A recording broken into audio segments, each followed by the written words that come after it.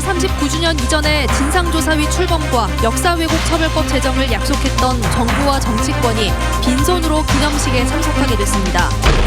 땅을 빌려 농사를 짓는 농민들을 소유주의 횡포로부터 보호하기 위해 농지은행제도가 시행되고 있지만 이렇다 할 역할을 못하고 있습니다. 광주와 전남에 닷새째 건조특보가 발효 중인 가운데 주말인 내일 무등산 정상이 올해 처음으로 개방됩니다. 여러분 안녕하십니까? 광주 MBC 뉴스데스크입니다. 5.18 민주화운동 기념일이 일주일 앞으로 다가왔습니다.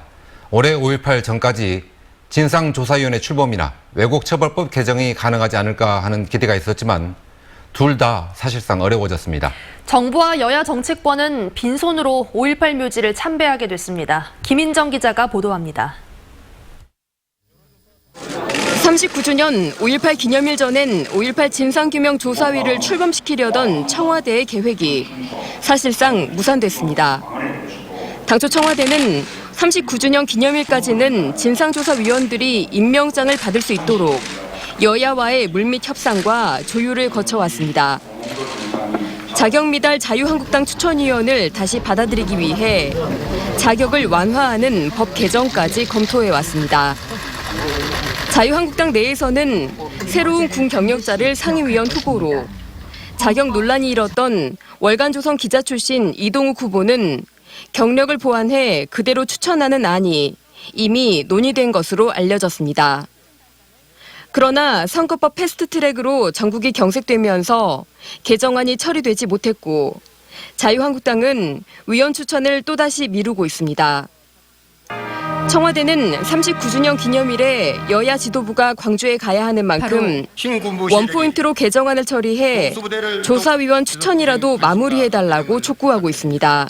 검증에 들어가면 약 한 달 정도가 소요되기 때문에 5월 18일은 불가능하지만은 빠른 시간 안에 6월 중으로는 조사위원회가 반드시 구성될 수 있도록 자유한국당에게 더욱더 요구를 할 거고요. 역사 왜곡 처벌법 역시 여야 4당이 5.18 기념일 이전까지 처리하기로 합의했지만 국회가 공전하며 논의가 중단됐습니다. 기념일이 코앞인데 성과물이 만들어지지 않자 청와대 내부 참모진 일부는 문재인 대통령의 5.18 기념식 참석에 대해서도 광주에 가서 할 말이 없지 않겠냐며 부정적인 견해를 전달한 것으로 알려졌습니다. 그러나 문재인 대통령은 5.18 기념식에 대해 경련 참여를 약속했고 5.18이 폄하되고 광주가 힘들 때 대통령이 함께하는 것 자체가 의미 있다며 참석 의지를 보인 것으로 전해졌습니다. MBC 뉴스 김인정입니다. 땅을 빌려서 농사짓는 농민들은 혹시라도 땅 주인이 농사 그만 짓고 나가라가 할까 봐서 불안해합니다. 이걸 제도적으로 막기 위해서 농지은행이 만들어졌지만 허술한 계약 규정 때문에 땅 빌린 농민들이 피해를 떠안고 있습니다. 보도 이계상 기자입니다. 30년 넘게 직장을 다녔던 이철근 씨는 벼농사를 짓기 위해 귀농을 선택했습니다. 이를 위해 농어촌 공사와 5년 동안 농지 임대차 계약을 맺었고 올해도 3년차 농사 준비를 시작했습니다. 그런데 갑자기 농어촌 공사로부터 계약을 해지하겠다는 통보를 받았습니다. 임차 기간이 3년이나 남아있지만 김 씨는 농지를 빼앗길 수밖에 없게 됐습니다. 지금 내일 모레 이양을 시기가 되는데 누가 이 시기에 논을 임차를 하고 임대를 할 수 있겠습니까? 그 불가능하지 않습니까? 농어촌 공사에 확인한 결과 토지 원소유주가 직접 경작하겠다는 뜻을 밝혀 계약 해지가 불가피한 상황입니다. 이렇게 계약이 깨지더라도 김 씨가 받는 위약금은 고작 2만 5천 원 정도입니다. 남은 계약 기간 임대료 총액을 기준으로 토지 소유주가 납부하는 연 11%의 지연이자만 위약금으로 산정되기 때문입니다. 농지 임대차 계약 해지 과정에서 발생하는 문제점에 대해서 농어촌 공사도 이미 알고 있습니다. 농지 임차인들에게 불리한 규정을 손질하기 위해서 전담팀이 꾸려져 대책을 마련하고 있습니다. 위약금 부분이 미미하기 때문에 농지 소유자들이 계약을 쉽게 해지할 수 있는 조건이 되다 보니까 그거를 제도 개선하는 쪽으로 가고 있습니다. 농어촌 공사가 농지 연금 제도를 시행한 지 10년.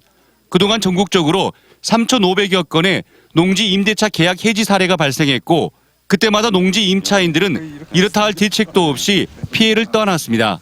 MBC 뉴스 이계상입니다.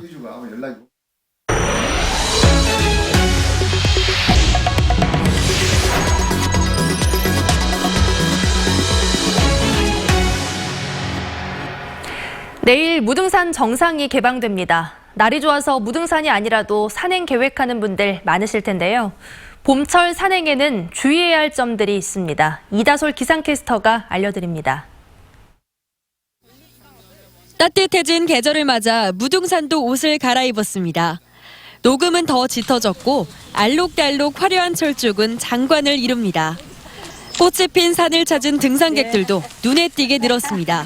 신선하고 또 공기도 좋고 또 이렇게 푸르름을 보면 너무 즐겁잖아요. 아, 좋습니다. 실록이 지금 너무 좋아요. 그래서 저도 지금 이틀에 한 번씩 여기 바람치 철쭉 질 때까지만 자주 다니려고 그래요. 따뜻했던 볕이 점차 뜨거워지고 있는 요즘 더 안전하게 산행을 즐기기 위해서는 대기의 건조함과 큰 일교차에 주의해야 합니다. 광주와 전남의 건조특보는 닷새째 이어지고 있고 발효 지역도 동구와 내륙 전역으로 확대되고 있습니다. 주말 동안에도 비 소식 없이 대체로 맑은 날이 이어져 화재 발생 가능성이 높겠는데요. 국립공원인 무등산에서는 흡연을 하고 담배꽁초를 버리는 행위뿐만 아니라 라이터나 성냥, 부탄가스 등 화기나 인화성 물질을 지니고만 있어도 30만 원의 과태료도 부과됩니다. 또 산 아래가 따뜻하다고 해서 가벼운 옷차림으로 무작정 산에 올라갔다간 저체온증으로 큰 봉변을 당할 수 있습니다. 요즘 광주 전남의 일교차는 15도에서 20도가량으로 크게 벌어져 있을 뿐만 아니라 산에 높이 올라갈수록 기상 변화가 심하기 때문입니다. 산에 갈 땐 수시로 입고 벗을 수 있는 여벌의 옷을 준비하고 해가 지기 전에 미리 하산하는 게 좋습니다.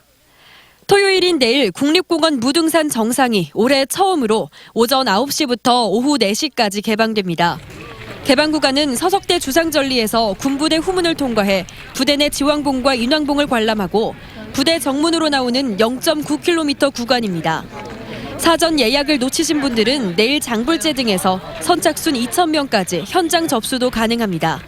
MBC 뉴스 이다솔입니다.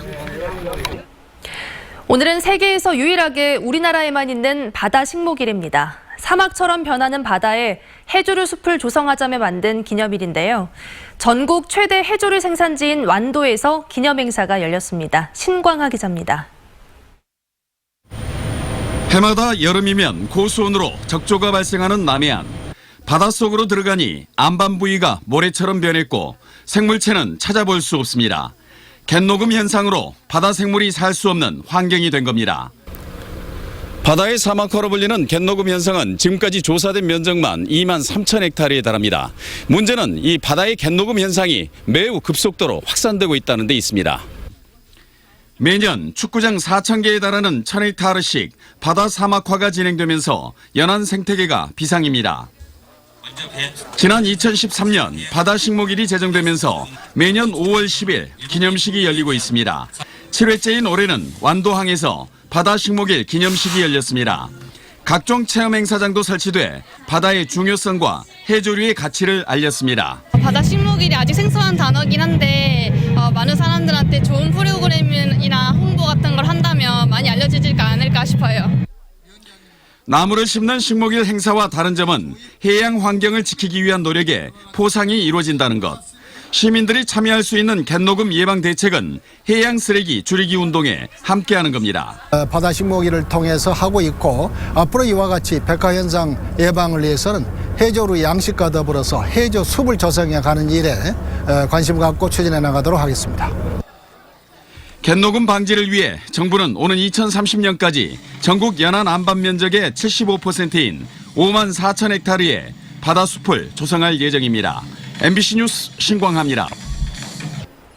대기오염 물질을 불법 배출한 기업 4곳이 추가로 검찰에 넘겨진 가운데 형평성 논란이 일고 있습니다. 영산강 유역환경청은 대기오염 물질 배출 농도를 조작한 혐의로 최근 업체 4곳을 검찰에 송치했지만 지난달 브리핑과는 달리 업체명과 위반 사항을 공개하지 않아 형평성에 맞지 않다는 지적이 나오고 있습니다. 이에 대해 환경청은 나머지 업체에 대한 보강조사와 검찰 수사에 영향을 줄 수 있어 비공개로 처리한 것이라며 조사가 마무리되면 자세한 내용을 공개할 예정이라고 설명했습니다.